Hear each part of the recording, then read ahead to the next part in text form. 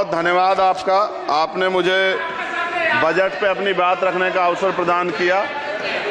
मैं अपनी बात को शुरू करते हुए बहुजन समाज में जन्मे सभी संतों, गुरुओं और महान पुरुषों को नमन करता हूं। साथ साथ मैं भारत की महान जनता का भी धन्यवाद करता हूं कि उन्होंने लोकतंत्र की रक्षा इस बार की है। सभापति महोदय, पिछले 10 सालों में सरकार की नीतियों के कारण गरीब और गरीब हुआ और अमीर हुआ है, यानी गरीबों और अमीरों के बीच फासला बढ़ गया है। सारे देश की संपत्ति को चंद अमीरों के हाथ में दे दिया गया है। ये हमारे संविधान की मंशा और समतावादी समाज के लक्ष्य के खिलाफ है। अतः हमारी नीतियां गरीबों के पक्ष में भी होनी चाहिए। जातिगत जनगणना, SC, ST, OBC यानी कि जो बहुजन समाज के लिए आज जीवन मरण का प्रश्न है, इसके बारे में कोई बात बजट में नहीं की गई है। इसके बाद जनसंख्या के अनुपात में बहुजन समाज को सभी क्षेत्रों में हिस्सेदारी मिलनी चाहिए, तभी बाबा साहब अम्बेडकर का जो सपना है समतामूलक समाज का, वो पूरा होगा। महोदय, एक ऐसा विकसित भारत है जिसमें आज भी सफाई कर्मचारी को पक्की नौकरी नहीं मिल रही है और उसको गटर में उतरने के लिए मजबूर किया जा रहा है। उनके लिए कोई अलग से बजट नहीं है। बजट बन सकता है अगर सरकार चाहे। SC, ST को जो सब प्लान मिलता था, SPC का जो पैसा मिलता था, वो बजट से हटा दिया गया है। साथ साथ देश के स्तर पे आशा, आंगनबाड़ी, भोजन माता, ग्राम सेवक, PRD जवान, होमगार्डों के मानदेय में बढ़ोतरी नहीं हुई है। ऐसा कुछ भी नहीं दिख रहा है कि उनके जीवन में खुशहाली आ जाए। इनका मानदेय बढ़ना चाहिए। विधवा, वृद्धा, विकलांग पेंशन प्रत्येक महीने 500 रुपए से बढ़ाकर 5000 रुपए की जानी चाहिए, क्योंकि महंगाई बढ़ रही है। देश में प्रधानमंत्री जन कल्याण योजना के तहत SC, ST, OBC और मुस्लिम को कितने घर दिए गए, इसका कोई आंकड़ा सरकार के पास नहीं है। देश में इसी तरह SC, ST, OBC के लिए कितने परिवारों को शौचालय की व्यवस्था कराई गई। आज भी सिद्धार्थनगर जैसे जिले और तमाम जिले जो है, वहां शौचालय की व्यवस्था नहीं है। इस पे ध्यान देना चाहिए। देश भर में SC, ST, OBC के जो रिक्त पद पड़े हुए हैं, बैकलॉग भरना चाहिए। सरकार ने कुछ नहीं कहा। ये कैसी विश्व की 5वीं अर्थव्यवस्था है जिसमें आज भी SC, ST पे अत्याचार हो रहा है, महिलाओं के साथ रेप, हत्या हो रही है। NCRB का डाटा पढ़ेंगे तो खून के आंसू रोने पड़ेंगे। युवा बेरोजगार है, सड़कों पे 80 करोड़ लोगों को 5 किलो राशन में जीवन यापन करना पड़ रहा है। जो बजट SC, ST को मिलता है, मेरे दाएं तरफ जो साथी बैठे उनको बुरा लगेगा, कर्नाटक में 14,732 करोड़ रुपए इन्होंने दूसरी योजना में लगा दिए और मध्य प्रदेश में आपने 95 करोड़ रुपए जो है दूसरे बजट में लगा दिए। हमारा जो मिलता है उसको तो मत छीनो भाई। MSP की लीगल गारंटी कोई बात नहीं हुई है। किसानों को जो 6000 रुपए मिलते हैं उसको बढ़ा के 12000 रुपए करना चाहिए और फसल बीमा जो है उसका सारा प्रीमियम सरकार भरे, किसानों पे बोझ ना लगे।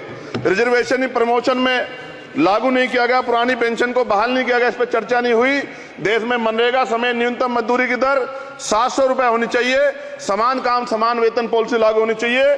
जो रसोई की चिंता करते हुए 500 रुपए प्रति सिलेंडर से ज्यादा के दाम नहीं होने चाहिए, जो महिलाओं को राहत मिल सके। बिजली के दामों में भी कमी होनी चाहिए। बेरोजगार युवाओं को 5000 रुपए भत्ता मिलना चाहिए, जो बेरोजगार युवा जो है अपनी पढ़ाई या अपना खर्चा उठा सके। मैं अपने क्षेत्र के विषय में महोदय आपसे कहना चाहता हूं कि पश्चिम यूपी में नगीना में एक एम्स बनना चाहिए, एक IIT बननी चाहिए, एक IIM बनना चाहिए। नगीना लोकसभा में उद्योग धंधे लगने चाहिए। नगीना की कताई मिल जो है उसको पुनः शुरू कराना चाहिए। RRTC जो योजना है सरकार की, उसको मेरठ से आगे बढ़ाकर मुजफ्फरनगर, सहारनपुर से नजीबाबाद, नगीना होते हुए उसको नगीना तक ले जाना चाहिए। साथ साथ नजीबाबाद से मुंबई के लिए एक ट्रेन चलनी चाहिए और नगीना, श्योरा, किरतपुर में रेलवे के ओवरब्रिज बनने चाहिए। सभापति महोदय, सामाजिक न्याय मंत्रालय को 13,000 करोड़ रुपए दिए गए और जनजाति कार्य मंत्रालय को 13,000 करोड़ रुपए दिए, कुल 26,000 करोड़ रुपए। जो कुल बजट 48.20 लाख का लगभग 0.54% है, जबकि हमारी संख्या 25% से ज्यादा SC, ST की और बहुजन समाज की मिलाओगे तो 85% से ज्यादा है।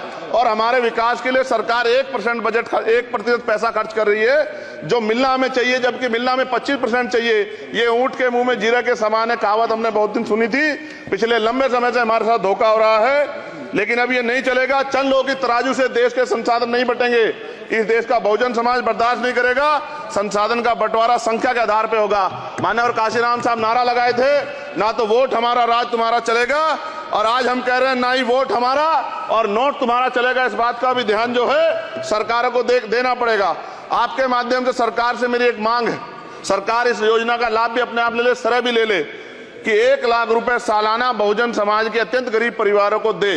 10 लाख करोड़ रुपए खर्च होंगे, लेकिन इस 1 लाख रुपए की योजना से एक झटके से एक परिवार गरीबी की रेखा से ऊपर आएगा और इनके बच्चों को कुपोषण खत्म होगा, अच्छी शिक्षा मिलेगी, महिलाओं को सम्मानजनक जीवन मिलेगा और इससे वास्तव में सबका साथ सबका विकास का नारा सार्थक होगा। अगर प्रश्न ये होगा कहां से आएगा, तो उसका जवाब ये है कि जब अमीरों का 16 लाख करोड़ रुपए माफ हो सकता है, कॉर्पोरेट टैक्स का घटाकर लाखों करोड़ रुपए का चूना सरकारी खजाने को लगाया जा सकता है, पेट्रोल डीजल के दाम 10 गुना एक्साइज ड्यूटी बढ़ाई जा सकती है, तो गरीबों को सरकार पैसा क्यों नहीं दे सकती। महोदय, समय आ गया है, अब निजी क्षेत्रों में आरक्षण की व्यवस्था होनी चाहिए।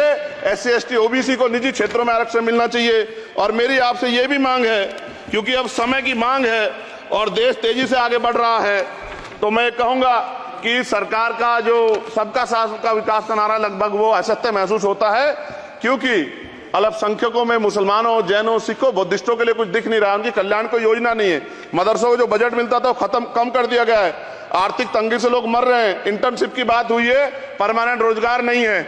और दिल्ली में क्या हुआ बच्चों के साथ कल, उनकी सुरक्षा की जिम्मेदारी क्या है? वो आए तो बनने थे IAS IPS और बन क्या गए, लाशें बन के गए, यहां से कोई ध्यान नहीं दे रहा है, किसी की नजर नहीं है। साथ साथ मैं आपसे ये भी आग्रह करूंगा कि हम ग्रामीण क्षेत्रों से आए लोग देश से बड़ा प्रेम करते हैं और हम ये महसूस करते हैं कि सरकारें हमें सुनेंगी, सरकारें हमारे बारे में सोचेंगी, लेकिन ऐसा महसूस हो जाता है आजादी के 75 साल बाद, और जिसको अमृतकाल कहा जा रहा है, आज भी SC ST OBC के लोगों पर अत्याचार हो रहा है। अभी 2 दिन पहले गोली से उड़ा दिया गया गाजियाबाद में और राजस्थान में गर्दन काट दी गई। ये घटनाएं देखकर डर लगता है, घर से निकलते हुए भी कि आने घर वापस लौटेंगे नहीं लौटेंगे। तो मेरा सरकार से आग्रह है, अगर आजादी के 75 साल बाद भी हमारी हत्या हो रही है, तो हमारी मां को भी दर्द हुआ होगा जब उसने हमें पैदा किया हो, हमारी बहनों को भी हमारे खोने का दर्द होता होगा। कैसी कानून व्यवस्था है आपकी, सब कुछ है आपके पास, फिर भी जो है महिलाओं पर रेप नहीं रोक पा रहे हो, हत्याएं नहीं रोक पा रहे हो, गरीबों, दलितों, पिछड़ों, किसानों, मजदूरों की जान नहीं बचा पा रहे हो। किसान सुसाइड कर रहा है, नौजवान सुसाइड कर रहा है, और बड़ी बड़ी बातें होती हैं, इधर भी अच्छे लोग हैं, इधर भी अच्छे लोग हैं, लेकिन अच्छाई तब होगी जब जमीन पे भी कुछ काम दिखाई देगा। और जमीन पे महोदय कोई काम दिखाई नहीं दे रहा है। जब कोई योजना की बात आती है तो सरकार हमसे मुंह मोड़ लेती है। आप बताइए, एजुकेशन का बजट कम कर दिया, हेल्थ का बजट कम कर दिया। मैं अपने क्षेत्र में गया तो आप विश्वास कीजिए, डॉक्टर नहीं है, स्कूल में मास्टर नहीं है, और कोई भर्ती ऐसी नहीं जिसका पेपर लीक नहीं होता है। तो देश किस तरफ जा रहा है और इसमें नौजवानों का भविष्य क्या है, इसके बारे में हमें चिंता करनी चाहिए। और अंत में अपनी बात को खत्म करते हुए मेरा आपसे आग्रह और आपके माध्यम सरकार से आग्रह है कि यहां बाहर बाबा साहब अम्बेडकर की मूर्ति लगी हुई थी, एक वो करोड़ों लोगों की आस्था से जुड़ा विषय है, और आप विश्वास करो इतना गुस्सा है उसको लेके, मेरी आपके माध्यम से मैं हाथ जोड़ता नहीं हूं, लेकिन मैं हाथ जोड़ के आपसे आग्रह कर रहा हूं कि प्रधानमंत्री जी, सरकार से हमारी आग्रह कि वो अम्बेडकर वादियों के सम्मान का ध्यान रखते हुए, उनके जो है दिल की पीड़ा को समझते हुए, उनके दर्द का ध्यान रखते हुए उस मूर्ति को पुनः स्थापित करा दीजिए। अगर इसमें कोई राजनीतिक कारण अलग बात है, लेकिन मैं कंक्लूड कर रहा हूं, मगर मैं आपसे कहना चाहता हूं इसमें बहुत गुस्सा है। जिस दिन अम्बेडकरवादी गुस्सा हो जाएगा, वो फिर इस सरकार को जो 24 में आ गई है, वो आने वाले चुनाव में ऐसा सबक सिखाएगा कि दोबारा पलट के नहीं देख पाओगे। तो मैं आपका धन्यवाद करता हूं और मुझे विश्वास है कि सरकार मेरी बातों पे गौर करेगी और गरीबों के बारे में सरकार सोचेगी, गरीबों को आगे बढ़ने के अवसर प्रदान होंगे। धन्यवाद।